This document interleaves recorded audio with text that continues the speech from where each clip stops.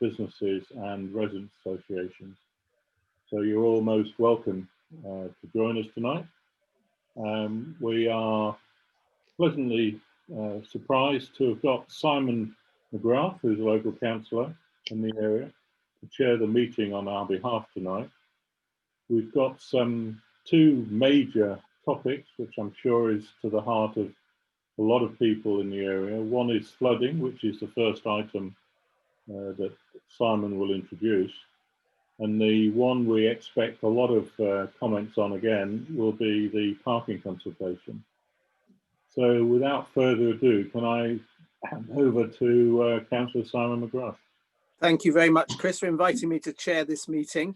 I should say that we've got one item which people may not have seen of any other business, which is we have Claire Gummett to talk about the COVID situation at St Helier. Our first item is on the flooding, and we've got Tom Sly from Merton and Ashley Brooke and Nishad Salki from Thames Water. So which of you is going to go first? Hi, my name's Nishad Salki. I won't mind going first. We have got a little PowerPoint presentation that we would like to start off with.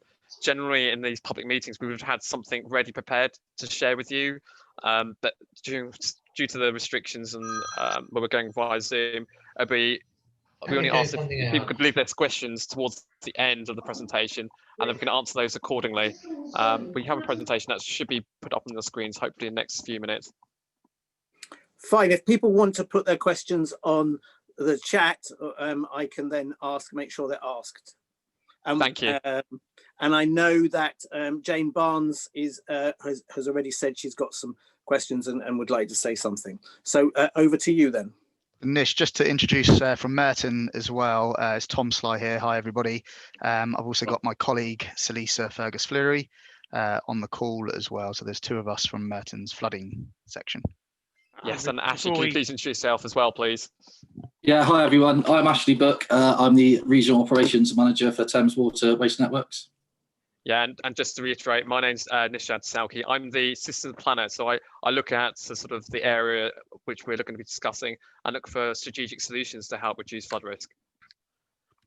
If anyone is watching on YouTube, they can still submit questions if they want to email those in to getinvolved, all one word lowercase, at merton.gov.uk, and I'll pick those up and add those into the chat here. Thanks. Amy, have you got the slideshow? Can you share that?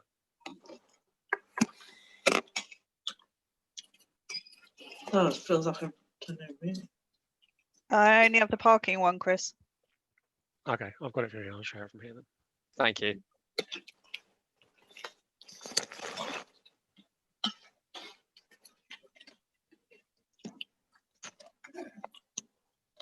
Don't know if I can see it.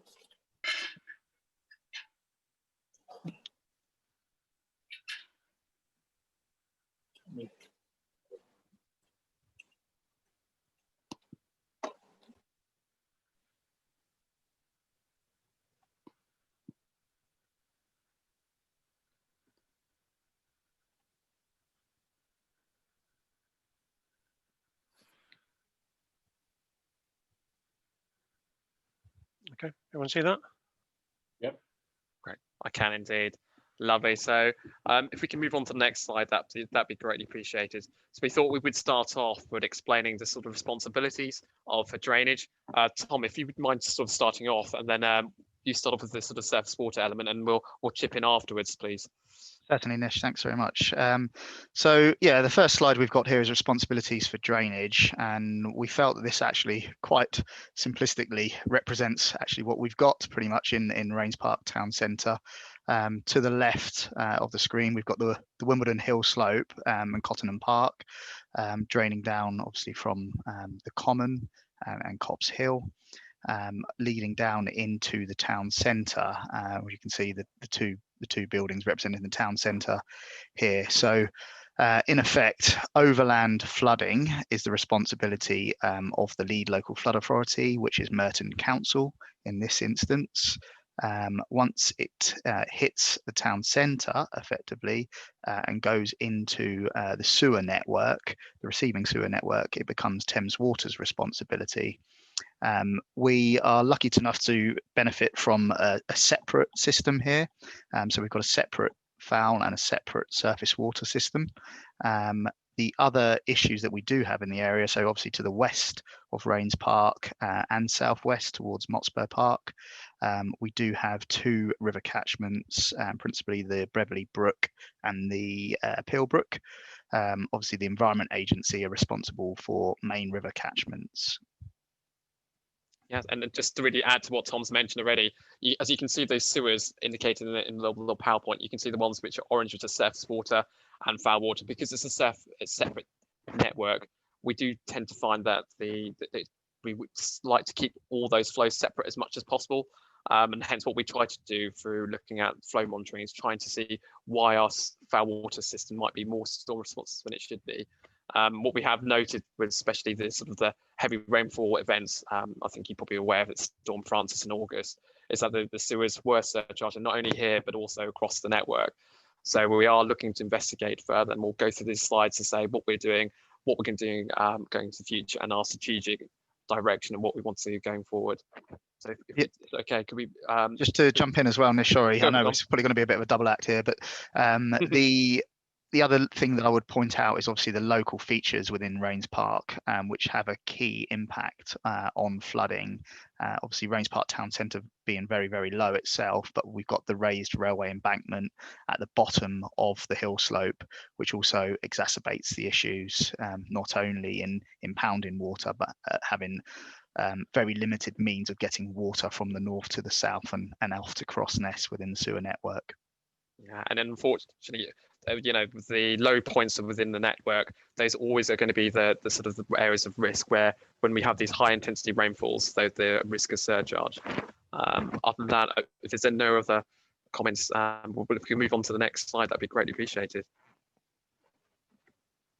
So I guess this is what's leading on to what we were discussing about the areas of interest and where we are carrying out investigations. So irrespective of what was occurring with Storm Francis, we had some in-flight investigations to understand where we could optimize our network. So if we work from the top right and work our way to the bottom left, we've got Whirlpool Road, where we're carrying out an extensive investigation to understand where there might be potential pinch points in the network. So we're looking not only at Whirlpool Road, but some of the laterals. And I've only just labeled some of the main roads in the area.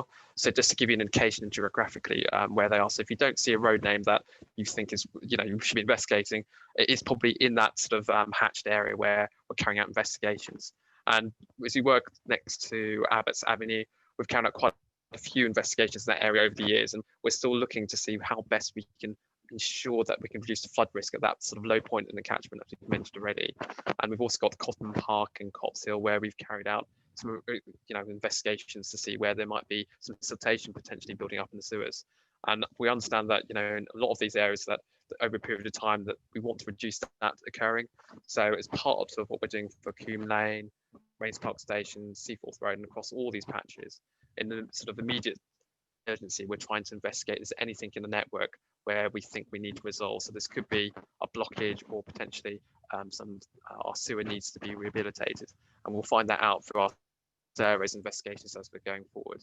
But in the medium term, we're actually looking to put these on proactive plan cleans. So you will find that let's say with the local authority that sort of Tom's organising the sort of the gully cleaning. So as those guys are being cleaned, we will tie in afterwards with cleaning the surface water sewers and the foul water sewers. So it's kind of a collaborative effort that we're trying to ensure that we're maximising the capacity in the network to reduce the risk of blockages. And so that's what we're sort of building a plan in the medium term to ensure that the network is operating as well as it can be.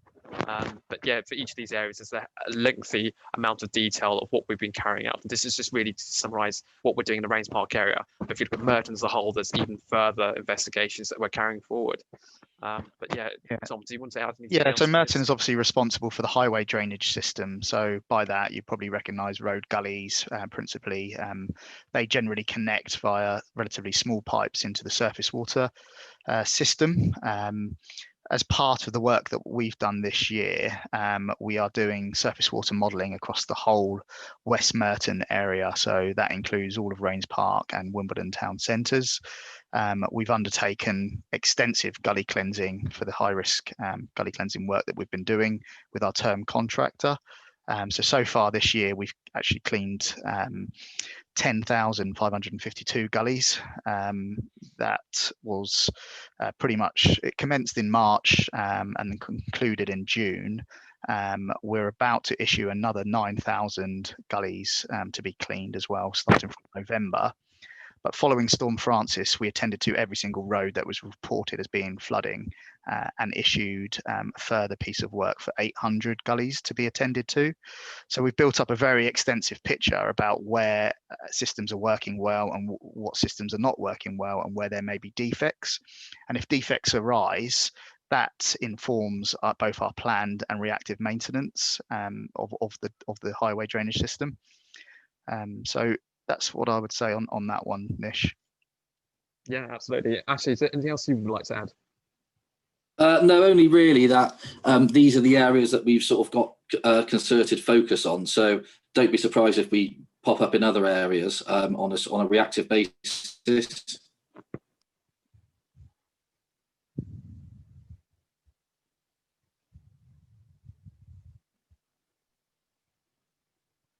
Is there any more presentation, or is that it? Do you now want to take questions? I don't know. There's no, it's a few more slides. If Fine. it's Okay, great. Thank you. Apologies. So we wanted to reiterate that, you know, since the last community forum, we haven't just been sitting on our laurels. We have been maintaining our assets and practicing sewer cleaning. But the next steps is, as what Tom's mentioning, we're looking at a wider catchment investigations and really just looking further upstream and just ensure our assets are operating as they should do. You know, we've got a good relationship and we're doing a lot of partnership work about identifying where we believe we can make the sort of the area less storm responsive. And those sort of are leading into our sort of strategic solutions. So we've already talked about today about the sort of the immediate urgency of trying to make sure that assets are operating as well as they can be. So the medium term, sort of, we're looking at the proactive sewer cleaning to ensure those assets are operating as well as close to design. And our long-term strategy is about looking at those, similar to what we've just shown you in that slide of those different distinct areas of vulnerability of the network. What we're doing is looking at, as part of our drainage water management plan, the DWMP, is looking at what can we do to reduce the flood risk in those areas of vulnerability. So we've worked with Tom, and we're going to be working with other key stakeholders to understand what are those potential solutions that we need to be driving forward and sort of looking at a design horizon post 2025. And you know, Merton, we have such a strong relationship because we've looked at this in a lot of detail. So it's the first sort of area that we actually, you know, encompassed in doing the actual DWMP. So it's been a really quite successful sort of collaboration of looking at areas of how to reduce flood risk. And just to give you kind of an idea of the timeframes for our DWMP, if you don't mind moving on to the next slide, we can be able to, we're going to public consultation next year. So we're hoping by the next sort of public meeting, we'll be able to provide you some insights of what we found in our optioneering of what solutions could look like in the area. We'll also be able to provide you kind of more of a detailed analysis of the investigations we've carried out, because there's quite a number of areas that we've got sort of multiple and parallel investigations. And so we may not be able to answer all your questions in the specific details that you require, but we will come back to you and answer those questions in due course. And I just wanted to really highlight that, you know, if you're looking at the chart, you can see everything down to the greens where we're up to at this very point in time. And everything beyond that, it's all about developing solutions into the future. And it really is driven by the sort of information that you provide us through the sewer flooding questionnaires, and is really a key element of how we can understand the flood risk. And that kind of brings us on to the next slide, if that's possible, please. Can I just jump in as well, Nish, just to say apologies. that the other thing that we've also done from a Merton's perspective is that we've, in accordance with like smart cities, we've installed a whole system of gully sensors all across Raynes Park. So we've installed a gateway system that actually monitors silt levels and water levels. So we can monitor this all remotely now, which is a key piece of technology, and certainly informs both the reactive and planned maintenance system. So we know whether some gullies actually silt up quickly compared to others, or some are prone to blockages. And I think that's a key piece of technology that we'll be able to use and share as we go forward. But I think one of the key messages that I want to put forward today is that, and I think this is on this slide, is that we need to report flooding when it happens.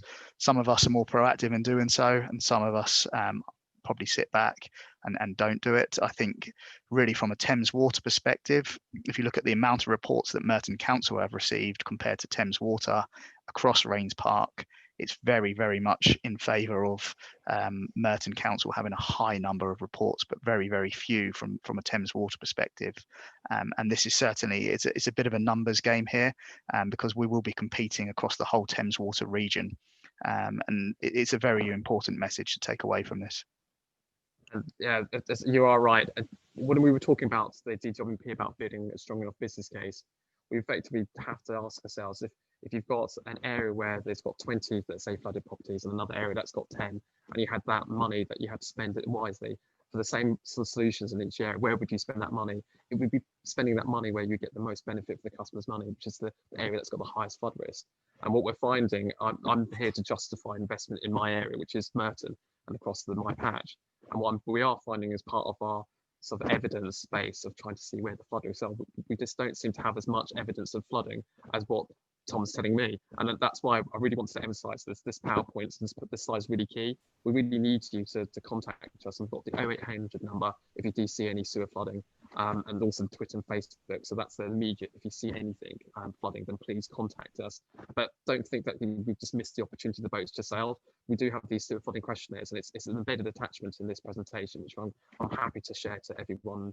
And we're doing some letter jobs also to those areas where Tom and Lisa have been helping us to understand where there's been increased flood risk, just really because we need that evidence to basically understand where the flood risk exists. And those numbers games, where the more properties that we have of evidence of flooding, then helps to build a stronger business case to justify investment in the future. And on top of that, if there's any inquiries that you might have, we do have the customer feedback email. So it may not be myself, but one of my colleagues will be able to answer your questions as quickly as possible. Beyond that, Ashley, is there anything else that you might want to add?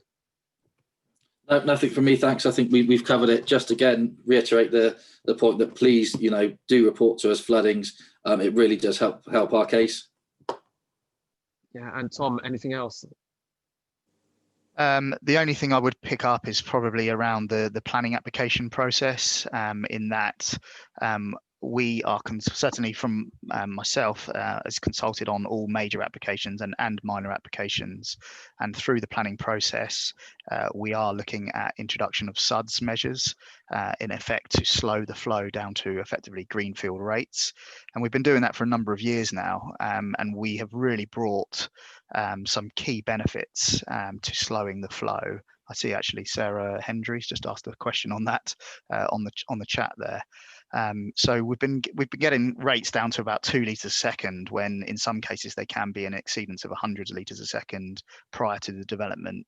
In addition to that, we're looking at green infrastructure, so increase measures through trees, green verges, swales, etc.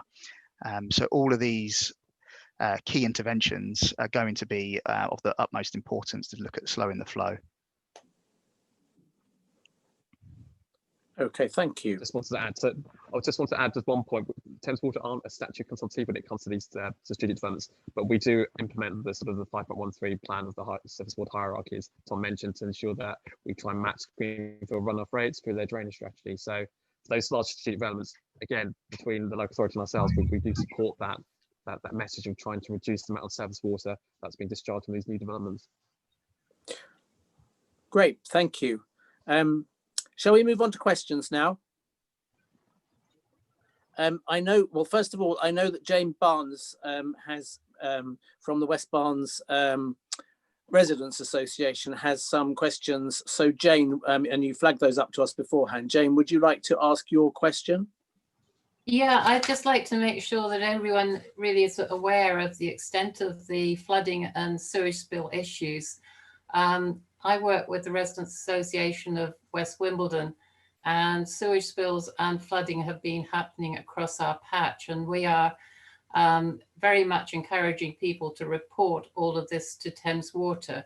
We know there is a considerable amount of under-reporting, but just to give you a few examples, we can tell you that properties have had sewage spills in Lindisfarne Road, and below that in Morley Park, and another property in Coombe Lane. It's right the way across the patch.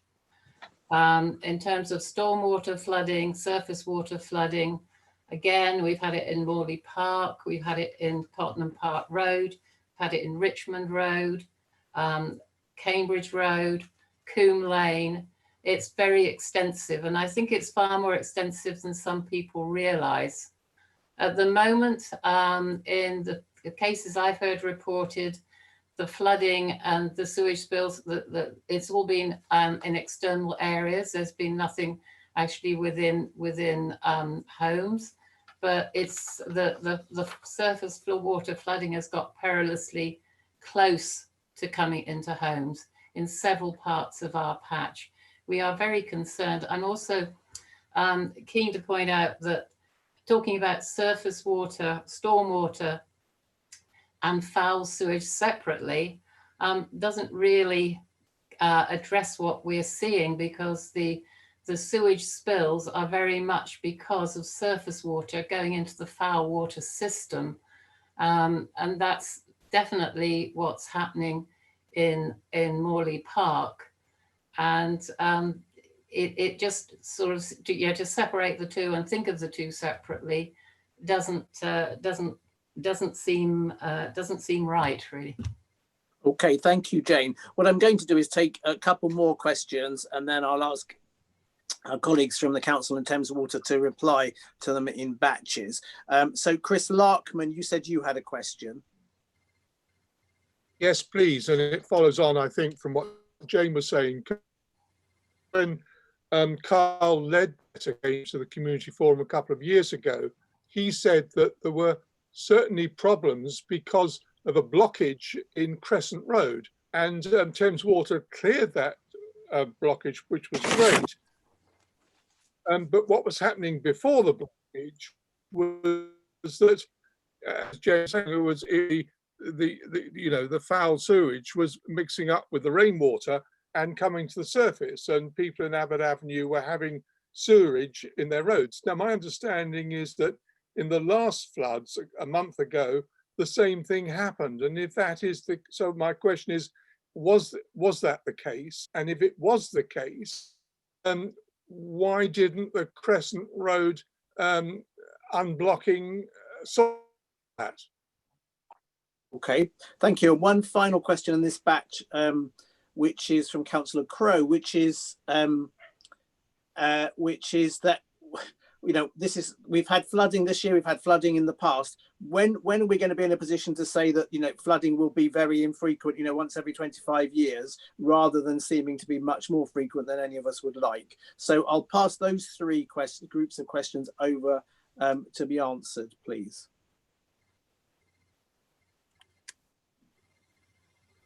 Sure, shall I go first?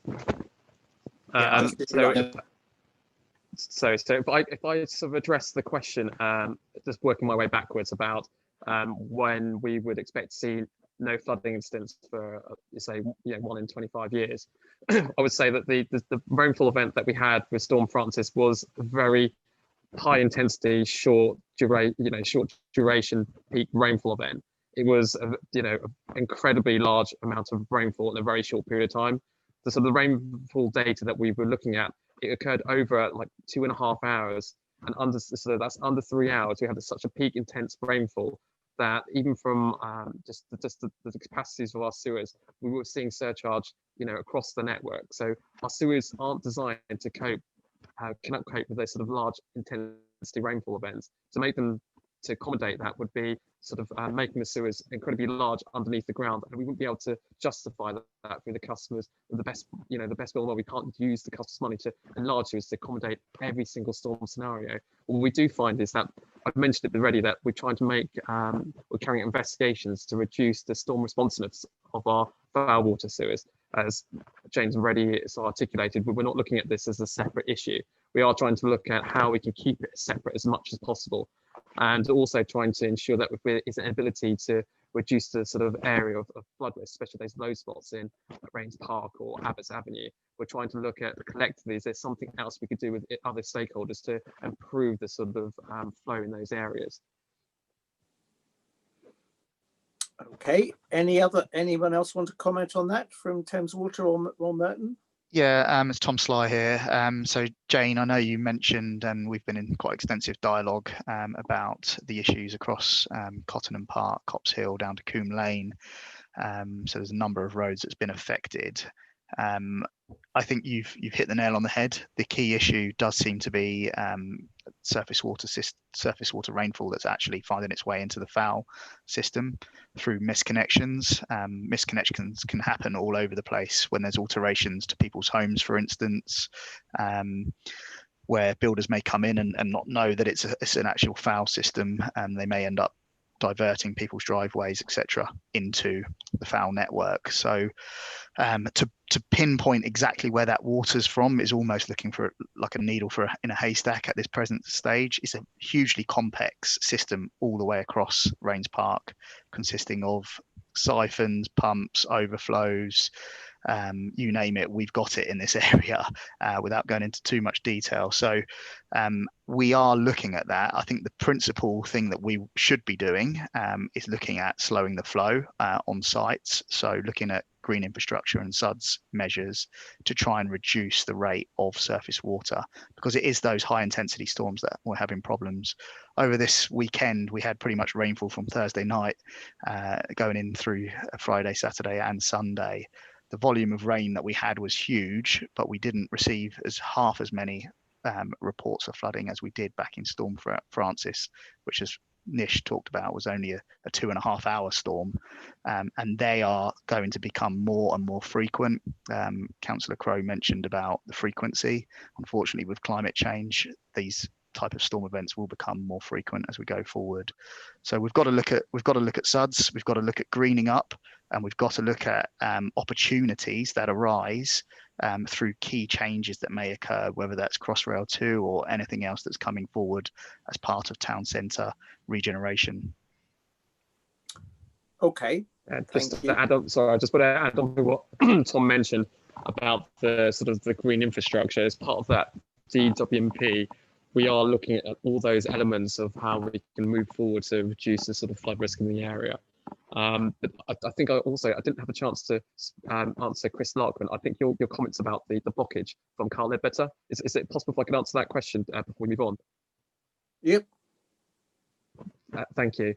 Sorry, thank you, Chris. That was a really good question, because we were going through the exact same steps that led to that flooding incident, because we were concerned that the incident occurred again, that blockage in that area was diverting excess foul water flow into that branch that goes into Abbott's Avenue.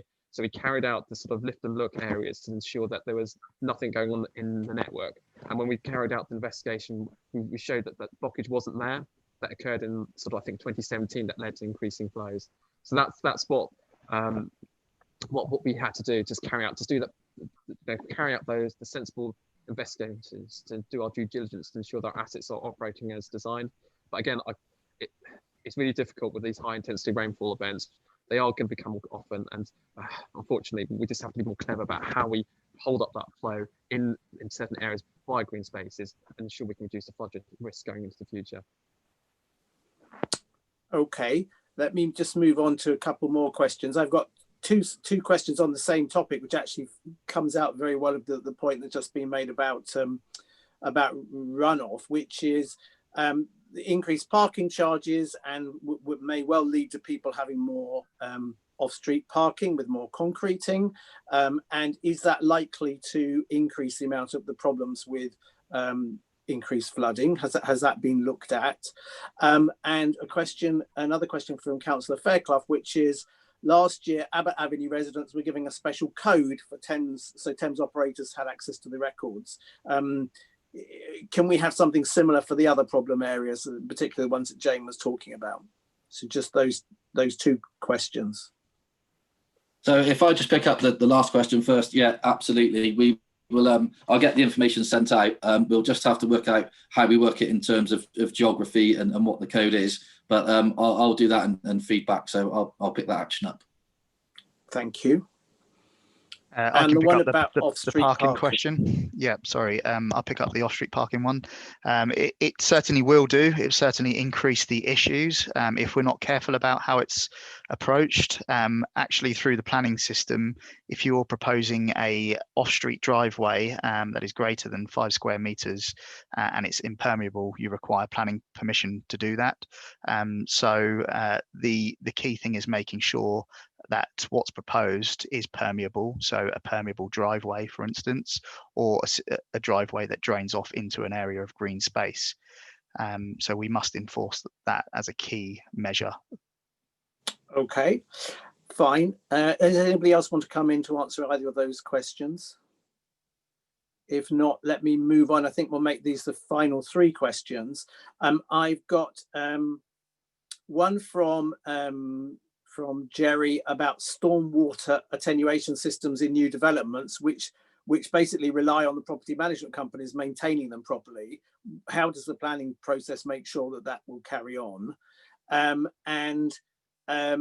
I have a question from Sarah Hendry about community-based projects like the Lost EFRA project.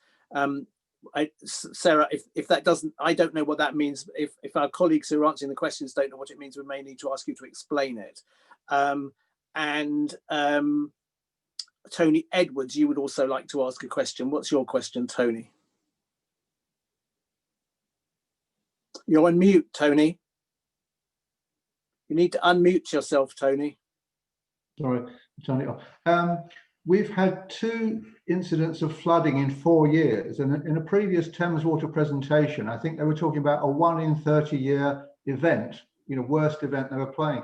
I mean, we have to deal with the reality of perhaps a climate change situation, and it did appear from what was actually said from Tom Sly that the cleaning of gullies was a bit reactive. It's sort of, they get cleaned, I presume, if they show a problem. Where surely, if we're expecting that we've got a catchment area where we've got a definite low point, they should be cleaned annually to be prepared that they can discharge the water as fast as possible. I mean, we had a crazy situation, sort of pools of water sitting on top of gullies outside the station, which is hard to believe the gullies are functioning perfectly. And I don't know how competent Veolia are. I mean, my company's just sacked them for waste collection because they're so incompetent. I just hope someone's following up and checking how well they clean the gullies, and they're not just giving it a cursory wipe round, as it were, because we're dependent on the water getting into the system. I mean, previously Thames Water said the total capacity of the system was okay. There's problems getting it into the system, which suggests it's the gullies that are the problem. But we clearly shouldn't be doing cleaning in a reactive way. We should be proactive. Okay, thank you for that. Can I pick that up now, yes. Councillor? So thanks very much, Tony. We certainly are doing planned gully cleaning. So I mentioned earlier that we've got the high-risk gully planned maintenance system. So for doing that, that was the 10,500 gullies that we've actually planned and cleaned in areas of high risk. We actually undertake that work through FM Conway, through the term highway contractor, not through Veolia. Veolia do reactive, so if you report it on our website, which people are able to do, they will pick that up and react to that. Normally in the next working day, they will go out and attend to the report. So we've got 2 different lines of work in terms of gully cleansing. In addition to that, we do have the gully sensors that I've mentioned as well that are all installed as well. So if there is siltation, we're able to monitor that remotely and see that occurring. But we do go out and check contractors' work. Right. Just probably to add in, sorry, no, after you, Tony, sorry, apologies. No, I was just going to say the high tech having the monitors, I think, is a real step forward, because obviously it's critical. I've got an office with a parking in it, and we clean the gullies out annually, and a lot comes out of the gullies. So it's very useful to know when, if there was a way of knowing they're filling up, to which actually can steer your attentions to clean out the critical ones and the low spots. So the town centres are being done twice annually. So all of Raynes Park Town Centre will be done twice annually. There are a number of very shallow gullies directly outside of the station, almost outside of Starbucks, and that's probably the area that you're talking about. Unfortunately, the depth of the gully is very shallow because there's a water main underneath it. So they unfortunately will silt up very very rapidly. So if you do see them blocked, please report it to us and we will get out there and clear that straight away. Because I think we've got a real problem in the high streets are struggling.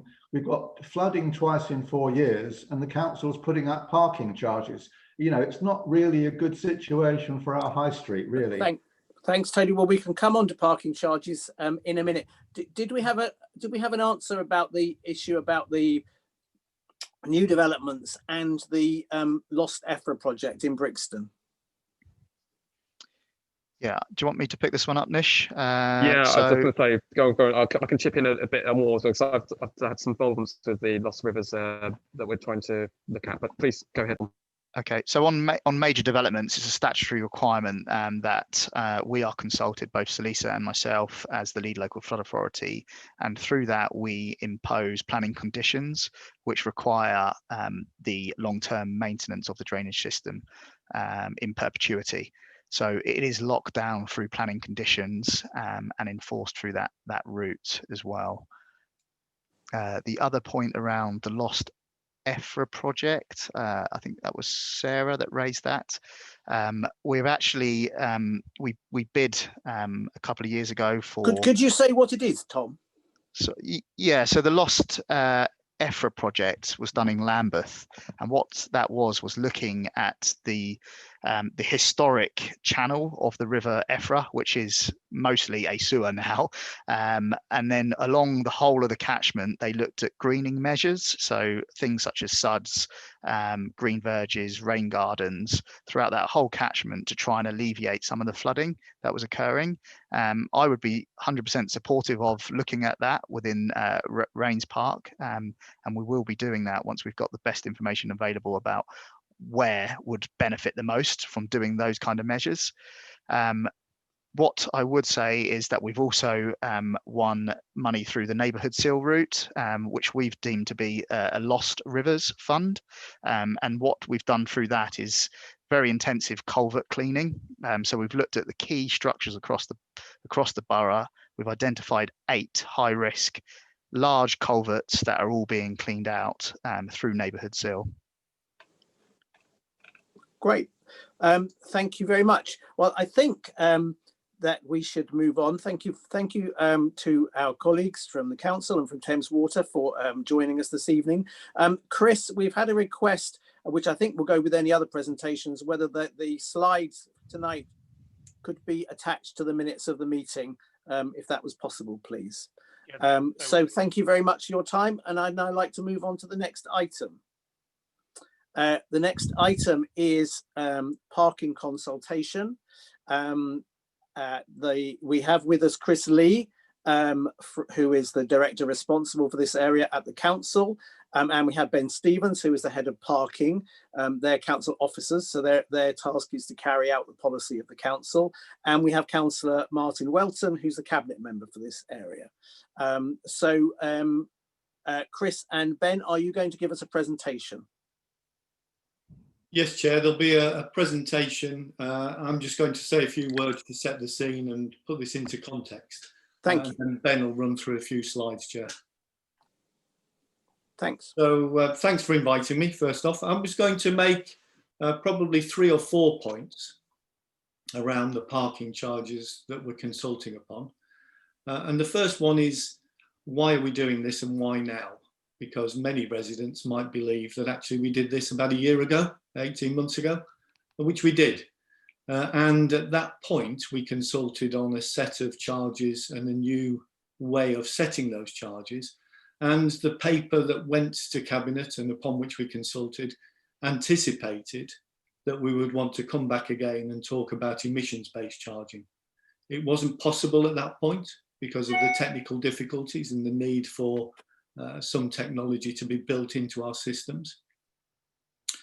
And during that consultation, we heard very loud and clear from motorists and residents that actually they wanted to have something that better reflected the emissions that were created by vehicles, and they want to have something called emissions-based charging, which many authorities across London have.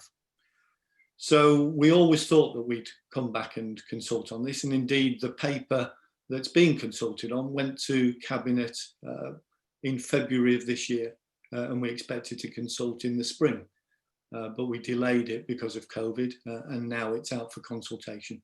Nothing has been decided, and that's the purpose of this consultation. So following on from that point around why and why now, we have a legal duty to improve air quality.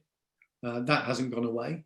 Recently, at the weekend, you may have read that the Mayor's reporting that there's some improvement in air quality.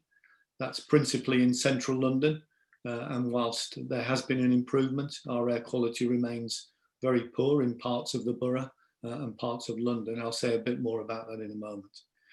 We have a public health duty, and we also have a newly adopted climate change plan to reduce carbon emissions, and as a borough to get to zero carbon by 2050. And indeed, it's interesting, on the same agenda this evening, we've got reports of increased flooding. There is a direct link, as we know, to climate change from that. So we have that responsibility to work towards zero carbon.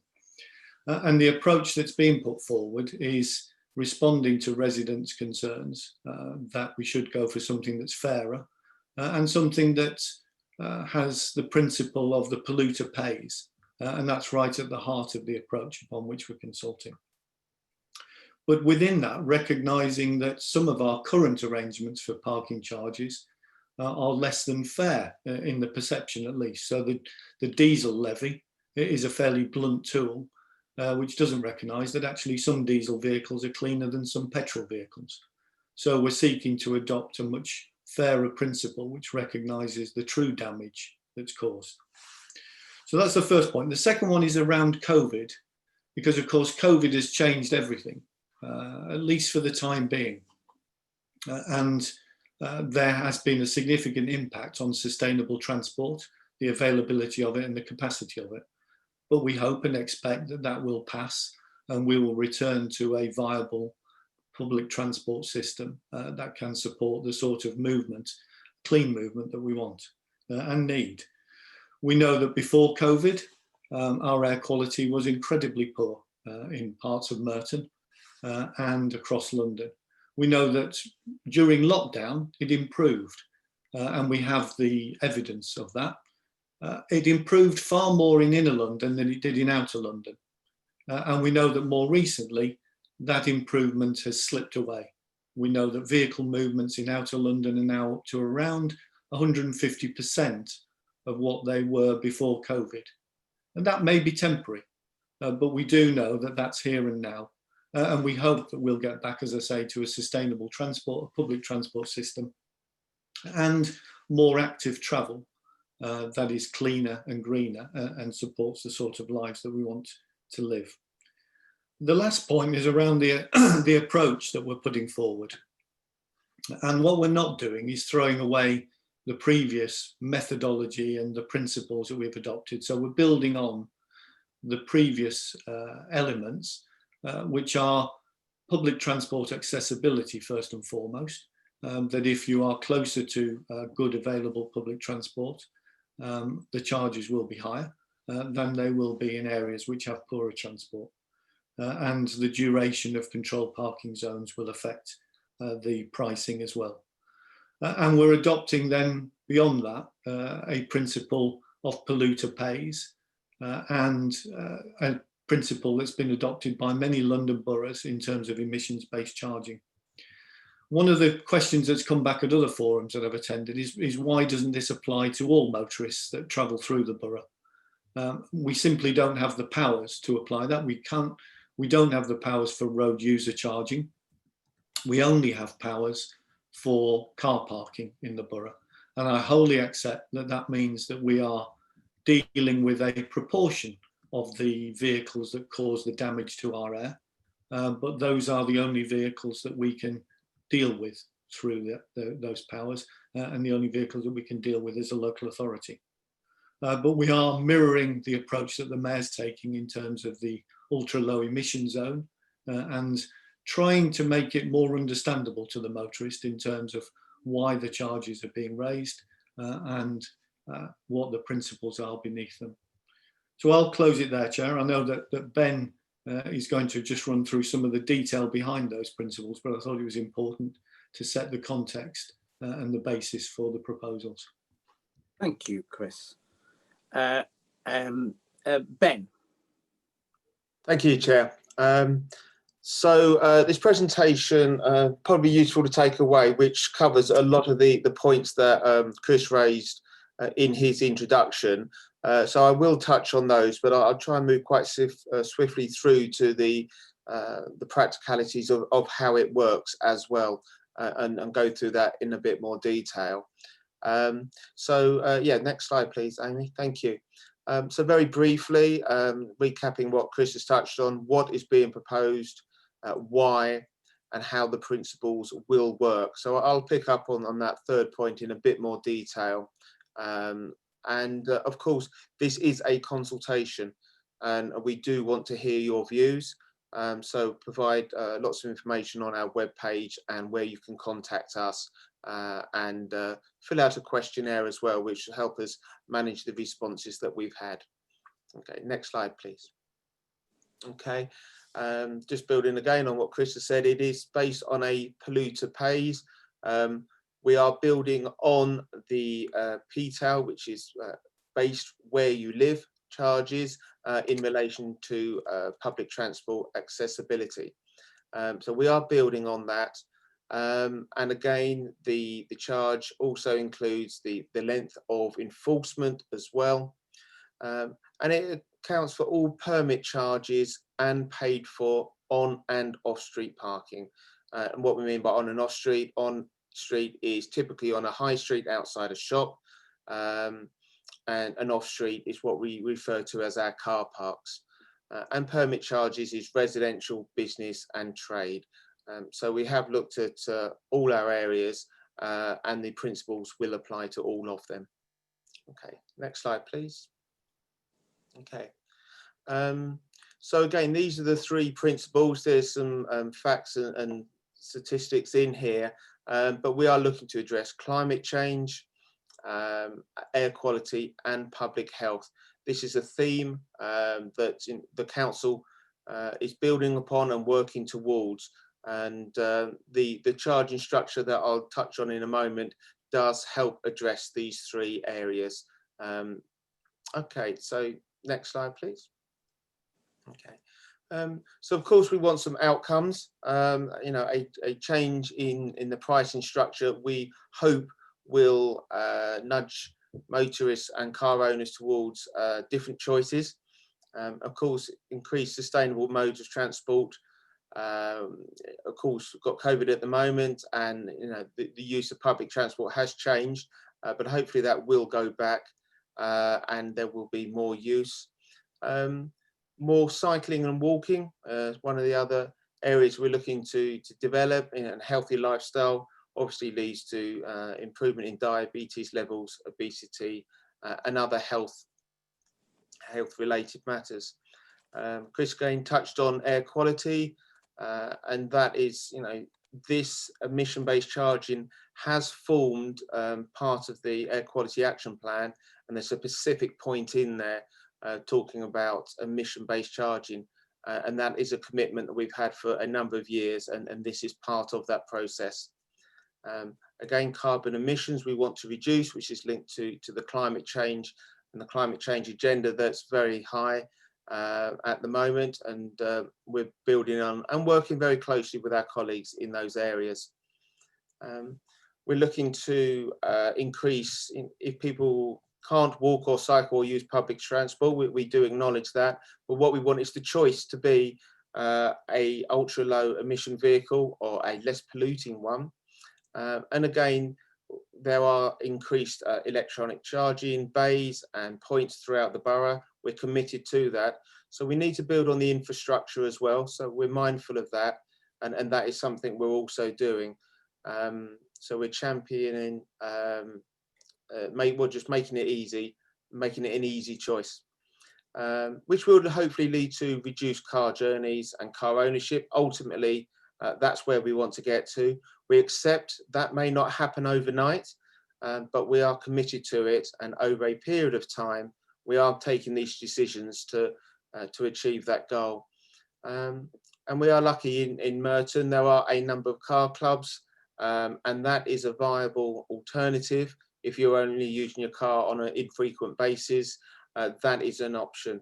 And again, our colleagues in Future Merton are working very closely to make sure that the provision of car clubs and alternative uses of car is easily accessible and easy to use, and available throughout the borough as well. So there's a large piece of work being undertaken there. Okay, next slide, please. Okay, so to how the emission-based charging will work and what we are looking to achieve out of the charges. We're already at point 1, which is location-based charging. That came in January this year, and that's based on your relationship to public transport and how long the zone is operational for. So that's the basic price that is currently in place at the moment. What we're doing is building on. So we wish to charge, put a charge in that is related to the carbon dioxide emissions of your vehicle. Okay, so typically a very new vehicle will emit a low number of CO2 emissions. Therefore, the charge for that particular vehicle may be less than what you currently pay. But equally, if you have typically an older car with poor carbon emissions, there may be an increase in your charge. And this is based on categories A through to M, and you'll recognise that through the vehicle excise duty tax disc, basically, that we're familiar with A being a cheaper, lower emission charge, through to M, which is a very high polluting vehicle. So that charge is being proposed to address carbon dioxide. Chris touched on the diesel levy, and that at the time it had a very fair and reasonable basis, but the intelligence behind that, particularly NOx emissions and particulate matter, and the work happened at TfL and the ultra low emission zone. They have a model which we believe works well and is understood, and so we're proposing to replace a diesel levy with a ULEZ based surcharge. So again, in the very simplest of terms, if you have a new diesel, that's Euro 6, so that's typically only a year or two old, then you would not be liable to the diesel charge. But equally, if you have an older vehicle that could be a Euro 1, 2 or 3, typically 15 years old, for example, it could be petrol, and that would be liable to the surcharge. So we've just been more intelligent around that. And on our webpage and on TfL's webpage, there are ways of finding out where your vehicle would sit. Okay, so they 1, 2 and 3 are predominantly around the permit charges. Point 4 is we're proposing to introduce a surcharge for those people parking within the borough, both on and off street. Again, this is going to be linked to the ULEZ based surcharge.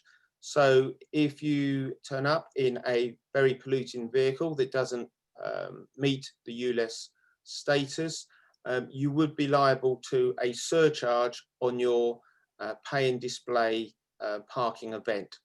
So by that I mean you wish to park on a high street, it's £1 an hour, for example. There will be a surcharge on top of that if your vehicle is old and polluting and doesn't meet the ULEZ standard. However, if it's a newer, less polluting vehicle, you would not be liable to that surcharge. Okay, next slide, please. Okay, so what we've done here is just given an example of an Audi A1, 1 litre, registered in 2017. Again, we have the basic charge, It's currently in tier 2, which means it's got average links to public transport. The controlled zone is typically 5 or 6 hours of enforcement, so that's a middle tier. So that's our base price. The vehicle emits 97 grams per kilometre driven, and so on our table, that would be a £90 permit charge. Because it's a Euro 6 rating on 0.3 there, you would not be liable to a £150 surcharge. If it had been a diesel, that would have applied, but again, as I said, we're trying to be more intelligent with the information that we have in our charging structure. So in this particular occasion, the total charge is £90. That actually works out £20 cheaper than a permit price. Of course, if it's a more polluting vehicle, it could be a higher charge, and we fully accept that. In the example 2 there, we're looking at on and off street again, and the price we have suggested to help nudge driver behaviour is £1.50 for each parking event. So that means each time you turn up and park and pay, a surcharge of £1.50 will be added if you do not meet the ULEZ standards. Okay, next slide, please. Okay, Chris touched on this again. We're not alone. A lot of London boroughs are using emission-based charging, some very similar to how we're proposing and some with subtle changes. So again, TfL, we're using a model that's familiar to many on how it's structured and how it works. And again, the governments, when they initially brought in tax bandings, that was based on the emissions of the vehicle. So there's 2 structures and 2 formats that we are building upon that hopefully is familiar to people to help understand the logic and how we've come to our proposals. Okay, next slide, please. Okay. So again, Chris touched on this, and in fact, this slide is about a week old now, and that 110% previous outside London, I think, has risen already. So data is changing, but we are very mindful of the COVID issues, and through this consultation, we will take them into consideration and build that into our proposals. Okay, next slide, please. Okay, so this again, just reiterate, nothing has been decided. This is a consultation. We do wish to hear everyone's views. It's been open for between 2 and 3 weeks now, maybe a touch longer. It closes on the 23rd of October, and we do welcome your representations. The link to it is on the homepage of the council's webpage. So please, www.merton.gov.uk, and it's there. We have all the background papers, the notices, links to the original reports, a questionnaire as well, and an opportunity for you to free type or submit your representations in full. So I do ask you to go and do that. The web page is the best and easiest for many, but certainly if you wish to put it in writing to us, the address is there at the Civic Centre, or you can email direct as well. So say what happens after this, and in terms of the process, once the consultation ends, it is my job and my colleagues to bring together the representations and form a report that goes into the committee process. Maybe Chris or Councillor Welton may want to pick that up, but my job is to just gather that information, and then absolutely that is open for discussion and scrutiny as well through the committee process throughout the winter. I think that's it, Amy, for next one. Yes, so thank you very much, and happy to take questions, and may bounce some to Kath, James, my boss, or Chris Lee also. So thank you very much. Thank you. Can I just check whether Councillor Welton would like to say anything, or shall I move on to the questions? I think it's probably best to move on to the questions at this stage, Simon. Great, thank you. So a couple of questions from Michelle and Alexander, which are basically both about the unfairness of a system that doesn't target how much people drive, so sort of unfairly treats people who need a car for once a week. And I certainly have talked to a lot of people like this in Dundonald, but don't drive every day. And doesn't this system actually encourage them to go and drive every day because they're saying they're paying the same parking permit fees for it? So if you could answer that, and one from Suzanne, which is, how do you find out what band your car would be in? Thanks, Chair. So I'll pick the first question up, and I'll look to Ben to advise where's the best source of identifying which band you're in, because we have provided some information on that. But I wholly accept that those residents and motorists who don't use their car very frequently will feel that this is a significant charge for very little use. And rather than using the car more, I would implore those residents to consider the alternatives, including car clubs and car sharing. Now, that's not for everybody, and I fully accept that's the case, but we simply do not have the powers to charge based upon the miles that the vehicle travels. That's not within our control. So what we're doing is seeking to use our powers proportionately in order to nudge the behaviour of the motorist to ideally give up cars where they can be given up, but wholly accepting that's not possible for everyone or not desirable for everyone. And so the growth of car clubs is there to assist where people have infrequent use of a car. But I do accept that that is a problem for people who use their car infrequently, and I've heard that before. I don't know, Ben, whether you could pick up on people check. Absolutely. So in terms of the ULEZ charge, to see which Euro rating you are, that will show on your logbook or your V5 document. So both your CO2 emissions and your Euro rating will be on your logbook. So that is one place to find it. Also, specifically on the ULEZ based charge, the TfL webpage is quite easy to use. So I think that's tfl.gov.uk. Because we're basing our charges very much on, in fact, identical to the ratings used by those, they do have a web page where you can put your vehicle registration in, and that will inform you as to which Euro rating vehicle you are, and that will determine whether you're liable to the surcharge that was formerly the diesel charge. So that's the ULEZ element confined from TfL, but your logbook and your V5 will tell you your CO2 emissions. Okay, thank you. Let's move on to a couple of other questions then. There's one question about Motability, which apparently offers a fairly small choice of low emission vehicles. And I guess the question there is that something that Council is taking into account as part of the equality impact assessment. And then Ellie Smallshaw would like to ask something. Ellie? Hi. I do feel that it's quite unfair to some residents. For example, especially if you cannot afford to get an electric vehicle, or you can't afford to have a newer vehicle which emits less sort of CO2. If you need a car for one or two reasons, then I don't think we should be penalised. You know, I think the money should be instead be put towards better public infrastructure.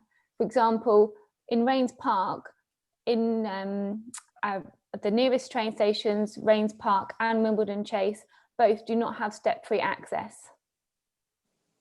And I think in 2020, that's disgraceful. Thank you, Ellie.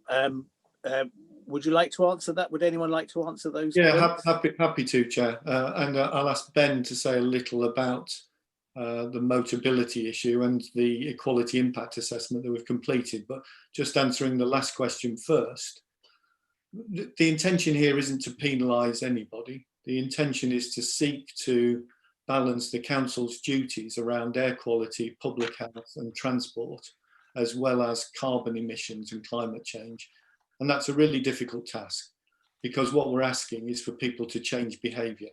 In a a physical environment which isn't perfect. And I wholly accept that step-free access should be something that we have at all of our stations. And I wholly accept that the infrastructure in terms of cycling isn't where we want it to be. But we are where we are, and what we are aiming to do is use the resources that would be generated through this increase in parking charges to invest in that infrastructure so that we get to the sort of transport accessibility that we want to see. And that means a degree of inconvenience for many people, I'm afraid, because we cannot afford to continue to live our lives the way that we do in terms of the air pollution that's created and the carbon emissions. So that will be hard for many people to adapt to, and what we're seeking to do is do it gradually, but to do it in a way which achieves the outcome as quickly as possible so that London can work its way through those challenges and Merton can be a better place to live. Okay, Okay. fine. So, sorry, Chair, did you pick up on the equalities question a little bit Yes. earlier? Just reassurance that, of course, with any proposals like this, we are obliged to write an equalities assessment, and that is scrutinised. We are currently working with the equalities groups within the borough. We've had one Zoom forum and we've got another one lined up for Thursday to make sure they're engaged, and we're chasing up with phone calls to make sure they are aware. And again, that will feed back into the consultation and any concerns there. There are other concessions, of course, where we offer free permits for blue badge holders and for those that are caring and for relatives. We're not proposing to change or address any of those. And those concessions where people need the car and they need those permits for medical reasons and blue badges, that isn't being proposed to change at all. Can I just say something? How do you address parents with children who need to get on public transport? What is there for them? If we can't use if we're being encouraged to change our behaviours and not use our cars, how do we get around other than walk? Okay. I don't think I understand. Are you saying that parents with children can't use public transport? Not when you can't get onto a platform to use the train, not if there's only one space on a bus, and when you've got more than one child and the other child cannot sit close to you because of COVID restrictions. I think we all hope that the COVID restrictions will in time relax and public transport will return to where it was before. It's not a perfect public transport system, but it does provide buses, tubes, trains, trams for those who need to use them with the accessibility restrictions that I acknowledge. But hopefully over time, those accessibility problems will be addressed. We can't continue, as I said earlier, to live in a car-based transport system in the way that we are doing at the moment. Thank you. I'll take three more questions. One question is, can residents vote to get rid of a CPZ in the same way that they voted to have them in the first place? And secondly, I know that both Chris Edge and Chris Larkman have got questions. Chris Edge, I know you said you had 6, but I'm afraid I'm only going to allow you to ask one of them. So if you could ask yours, and then Chris Larkman.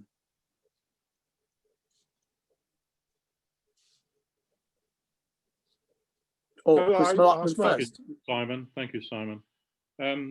My main question, if I'm only allowed to ask one, is if one accepts the aim to reduce pollution, why are the proposed charges not applied for all of the borough, including those without a CPZ? And why are there different rates according to the area? It seems very complicated, the schedule that has been proposed for residence charges, with the same emissions from a vehicle varies according to which zone you're in. Surely if it's polluting the atmosphere, it's polluting the atmosphere. It doesn't matter where it is. So that's really one question out of the 6. Okay, and after Chris Larkman, Michael Bull has a very quick question he'd like to ask. So Chris Larkman. Okay, my point is about visitor parking. It was until recently £1.50 for half a day, £2.50 for a whole day. It seemed reasonable, and that's going to go up massively. And I think that's going to make it very difficult for friends visiting, for builders, etc. But following up on the other issue, somebody saying, can we vote to dismantle the CPZ, which I think is a very relevant question. But I could also ask, can we ask in our area that if we could go from a whole day control to 1 hour, please? All right. And Michael Bull. Thanks a lot, Simon. Can I direct my question to Councillor Martin Welton, because I hate it when cabinet members hide behind council officers on these kind of issues. I'm very sorry that Councillor Welton didn't get the Labour leadership of the group. I know that he wanted. Could we try and make this non-political, please? Yeah, Michael? yeah. I'm just sorry because he wanted that job badly, but I just wanted to ask. I mean, the reason I hate this policy is because this is the government's stick. You know, it's hitting the local motorists, or at least local motorists who have to park on the street. But there's not enough incentive, in my opinion, for making the right change, moving towards electric vehicles. I think we need more electric infrastructure locally. So what is the Labour cabinet doing to increase the amount of local electric infrastructure and to make sure that local motorists move towards non-polluting vehicles? Thank you. So there's some questions there that I think Chris or Ben will want to answer. And I'm sure that Martin Welton, you would want to respond more generally anyway. Thank you. Chair, shall I start with some of the earlier questions? The first one from from Chris Edge. So why not the whole borough? I think was the first question. These charges would apply to the whole borough, at least those areas where we have some influence and control. So it will apply to all CPZs across the borough, all pay and display on and off street. What it won't apply to are those areas of the borough that don't have a CPZ. We have no control and power there. And the second point, Chris, was around the transport connectivity. Why is the polluter pays principle different in different parts of the borough depending on your access to transport? That's because we are adding the emissions-based charging approach on top of the principles that have already been accepted and adopted. That is that you pay more if you are living close to very good public transport accessibility, and you pay slightly less where you are further away. So the emissions-based element is supplementary to that and is the same in every part of the borough, but it's built on that foundation. The second one was around CPZs, and can you vote those down? Can you petition for them? CPZs are only introduced where residents petition for those to be introduced. So in the same way, if residents were to petition to say that they want them withdrawn, absolutely, the council will consider that. I haven't seen it done in my time. Nobody has requested that, but that opportunity is open. Amending CPZ times, as Mr. Larkman suggested, again can be done based upon a petition. That takes time and engineers' effort and activity. And so if there was a significant demand, we would need to prioritise those, but those opportunities are open. And the EV infrastructure, just before Councillor Welton comes in, we are well ahead of the London average in terms of EV infrastructure in the borough and the national average, and we're continuing to roll that out. We've got a long way to go. Just in the last few weeks, we won another £160,000 to install 40 lamppost charging EV units. But we need to have much, much more. And wherever we can access the resources, we're doing that in order to get them on every street in the borough. Thank you, Chris. I detected a definite frisson of interest in the point about people being able to ask for shorter hours. Martin, would you like to say something? Well, can I firstly thank everybody for their contributions here this evening. I would urge, obviously, everyone to respond. In relation to Michael Bull's comments on electric vehicles, as a council, we've obviously kept the permit charge at £25 for electric vehicles, which I think is actually the right policy, because obviously we want to incentivise people moving towards electric cars. It's very encouraging, the number of people who have bought electric cars. We've seen sales soar in the last year, and it's why that we put in an extensive charging network across the borough. So if there's obviously any gaps that Michael Bull has noticed, please do let me know. In terms of parking, we obviously want people to move to more sustainable forms of public transport. As a council, we have declared a climate change emergency, and we do want to encourage people to use their bikes, to walk, but also as well to use public transport. Air quality in this borough does need to be improved. It's one of our overriding goals as an administration to see levels reduced, but also as well in terms of emissions. Yeah, and that's why we've obviously levied these charges according to the emissions vehicles. And we've also obviously well taken on board many of the comments that were made previously in the parking consultation to move to an emissions-based levying system, as Ben Stevens, head of parking, outlined in his presentation. It's what many local authorities in London have adopted, and it's my view that this is the right policy going forward. But clearly, we are here to listen to people's views in terms of what they put forward and take them into account before we come to a decision. Thank you. Thank you very much, Martin. And just to reiterate the point that's been made, it is very important. There are very strong views on this subject against what the council are doing and in favour of what the council are proposing. So please make sure that you go onto the council website and fill in the consultation. It's not terribly complicated, doesn't take very long to fill in, and you've got until October the 23rd to do it. So thank you very much for that, and thank you Ben, Chris and Martin for your time this evening. The next item we're going to move on to is the railway station and street management and improvements. We're going to have that led by Chris Larkman and Tony Edwards. So Chris and Tony, over to you. You want to start with? Shall I kick off with the station? Yeah. Just briefly, two new things.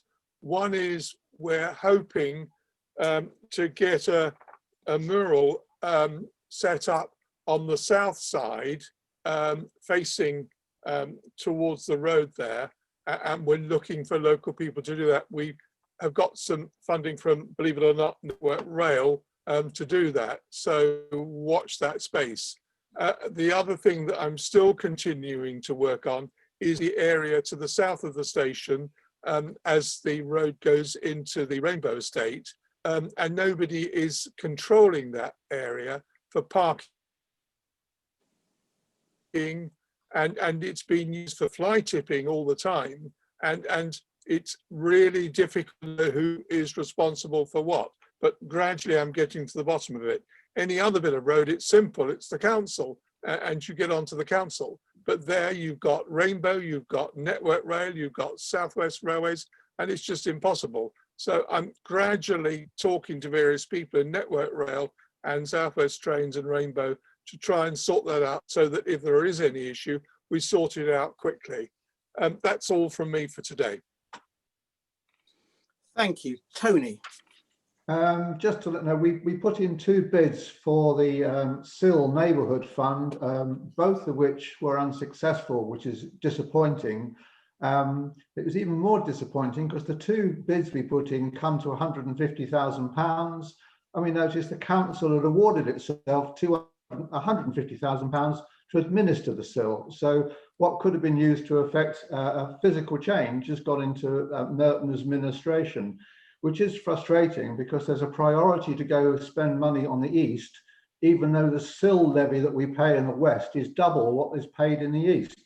So it's not a satisfactory outcome because it's dispiriting. We tried on some things. This is the second time we've tried to get something finished off in the enhancement plan, and the excuse for not giving us it was it's premature. Well, the enhancement plan's been around for 10 years and it hasn't been finished off yet.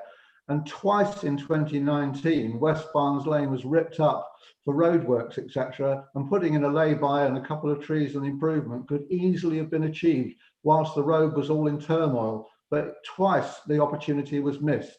So I have to say, trying to put improvements into Raynes Park is a real struggle. And I find it really dispiriting to find the political cards stacked against us. Thank you very much, Tony, and thank you, Chris. Are there any questions for Tony or Chris? No? If not, then we're going to move on to the planning update. This comes from Neil Milligan, who isn't able to be with us tonight. And I think, Chris, you're going to provide it on Neil's behalf. That's right. Yes. So hopefully we'll get the terminology right, but it's the information I've got from the development control team via Neil. So a couple of projects you've mentioned that are post-permission, the Rainbow Estate's already been talked about. That's well advanced, and also the old community church site and the flats on Kingston Road on the south side of the railway lines. Those are progressing. We're waiting for a date for the appeal on the Manu Plastics site. Those were 2 applications refused by the committee for extra flats. So they're still waiting for a hearing date for that appeal. There's some applications in at the moment. 37 to 39 Cottenham Park Road. Permission was granted at the August Planning Applications Committee, subject to completion of Section 106, which is the agreement to support local services, and that's for flats and houses. The land on the south of White Road, an amended application for 2 blocks of flats alongside the railway embankment.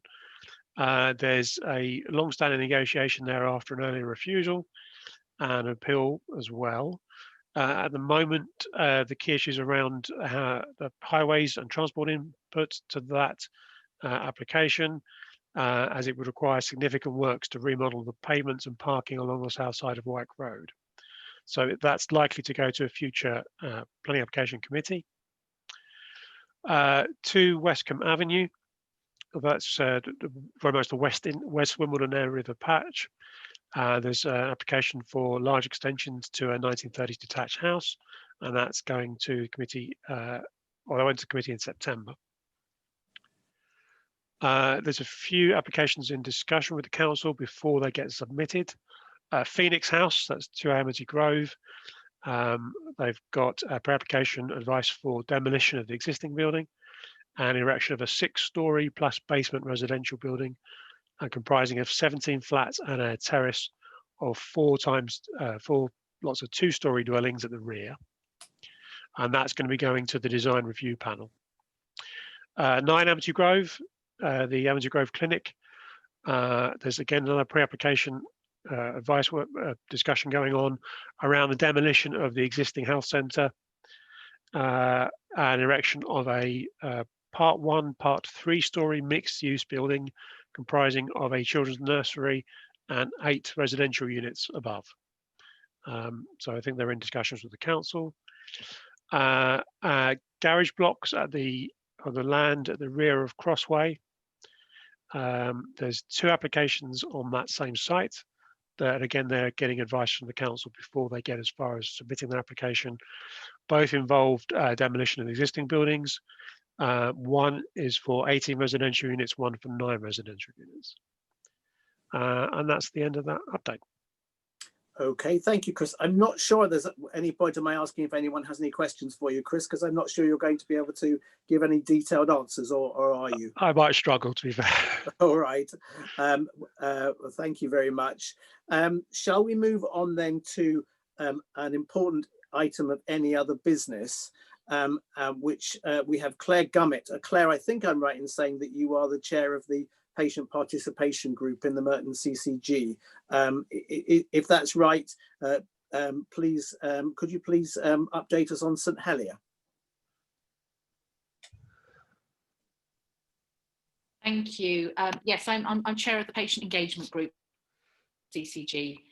So I just wanted to sort of give you some update, because I know there was some information that was reported in the national press yesterday, and all I'm going to do is read to you the statement that was made today.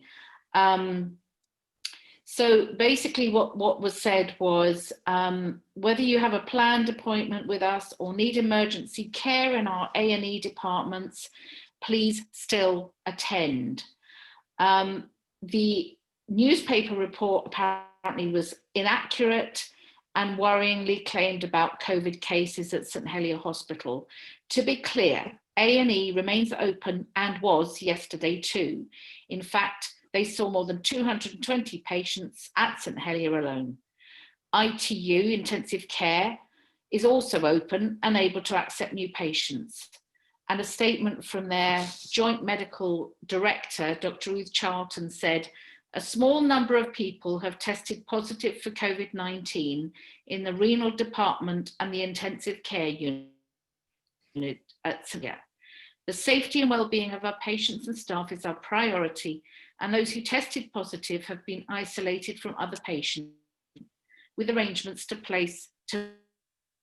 maintain safe and high quality care. We urge people to attend their planned appointments, and our A&E remains open. So I think it's just important to reiterate that. St Helier is open, things are happening, go to your appointments. Thank you, Claire, for that. That's a very important message, because I know I've heard some different things, people not understanding the situation. So it's very helpful to have you clarifying it. Does anybody have any questions to Claire?